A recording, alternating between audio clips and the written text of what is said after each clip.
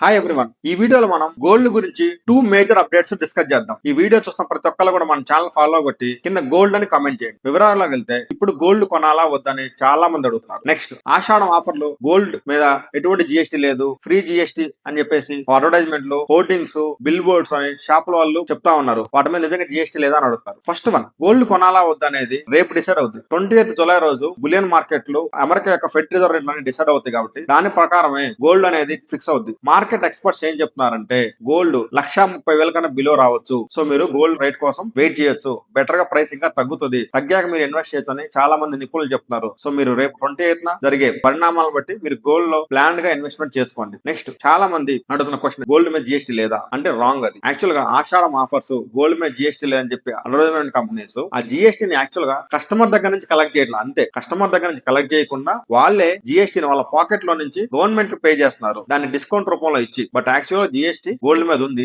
3% collect చేయాలి. But shops వాళ్ళు మాత్రం దాన్ని డిస్కౌంట్ గా ఇస్తున్నారు. సో హోర్డింగ్స్ లో కస్టమర్ బెనిఫిట్, బట్ గోల్డ్ మీద జిఎస్టీ స్టిల్ 3% కట్టాల్సిందే. Thank you.